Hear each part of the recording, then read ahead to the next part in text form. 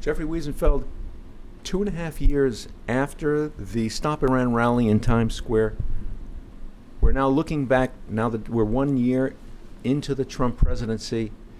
It's almost universally recognized that the JCPOA was a mistake. How are you looking at it now in retrospect?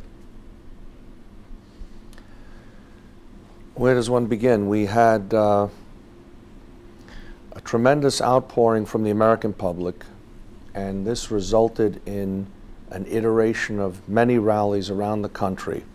And it became clear in virtually all of the polling that was done that the vast majority of the American people were opposed to the JCPOA, but they did not have a majority of the elected officials representing them opposed.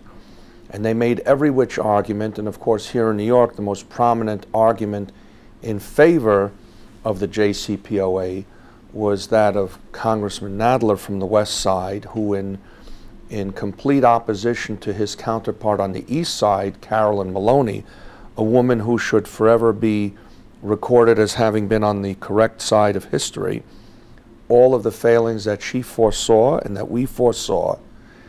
You haven't heard Jerry Nadler speaking lately about all of the great benefits of the JCPOA.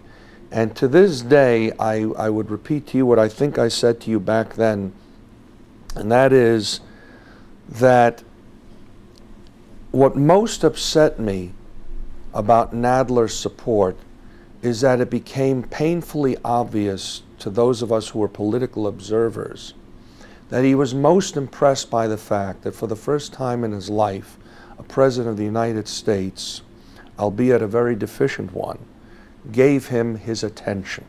Barack Obama gave attention to Jerry Nadler. And knowing that whatever I think of Jerry politically, whatever our differences, we are semi-civil to each other when we see each other, but he knows exactly what I think of his viewpoint. The point being, the most aggravating thing about his position is that because of his level of intelligence, I know that he knows that the deal was a piece of garbage. And telling the public to satisfy the leftists in his constituency that this was the way to go, that this would secure Israel for several years, and will worry down the road what is the end game for the Iranians when that time comes, which it gets closer and closer every day, as we know. But the fact is that he deluded us in telling us that he believed it was a good deal. I mean, even Cory Booker, let's be very candid about Cory Booker. He defrauded me and my friends. We actually had a fundraiser for Cory Booker years ago. We thought he was something different. He had been involved with Chabad. He's always showing his relevance to the Jewish community through various quotations and the use of Hebrew or Yiddish words or slang. But let me say very clearly to you, there weren't two nickels to rub together in the whole of Newark, New Jersey for Cory Booker. He is a creation of Jewish votes and Jewish contributions, and few, if any, have betrayed the Jewish people in this country the way he did with the Iran deal. And let's put it on the table. Because he was speaking day in and day out about the demerits of that horrible, horrible deal, the fact that he supported us means that he betrayed the Jewish people, he betrayed his supporters, he betrayed his friends for one reason only: the color of the president's skin. That's the only reason he did it. No other reason.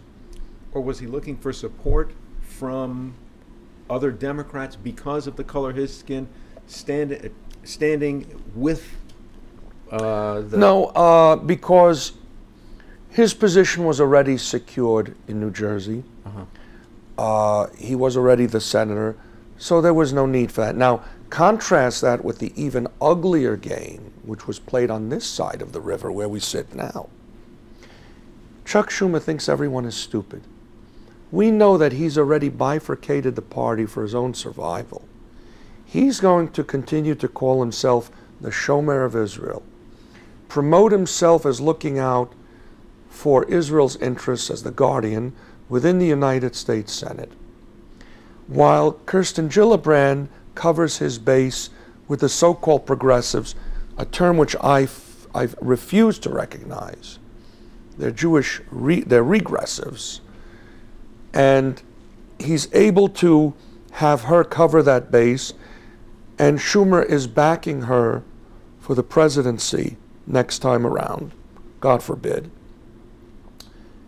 And you see, New Yorkers, for instance, should recognize we always did best in New York when we had one senator from each party.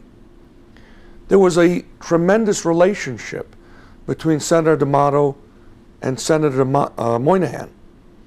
Now, you know that if D'Amato was in office this year, notwithstanding the accomplishments of the Trump administration, they've made what I believe are a few mistakes. For example, for me as a New Yorker, for your colleagues as Californians, for instance, the loss of the state tax deduction. Yes, free spending Democrats are to blame for the high taxes that we have. But meanwhile, we taxpayers are the ones who are going to get punished. We who pay our taxes loyally and without complaint, we pay them. But now our deduction has been taken away, which is very significant. Al D'Amato would never have permitted that to happen to New York. So you have two Democratic senators. One is proclaiming his love for Israel.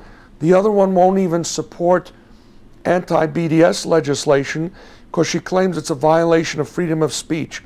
This is our representation in New York. And really,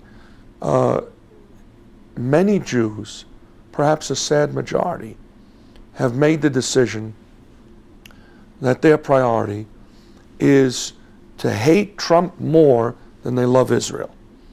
Otherwise, you couldn't account for this terrible representation that we have here in New York and elsewhere.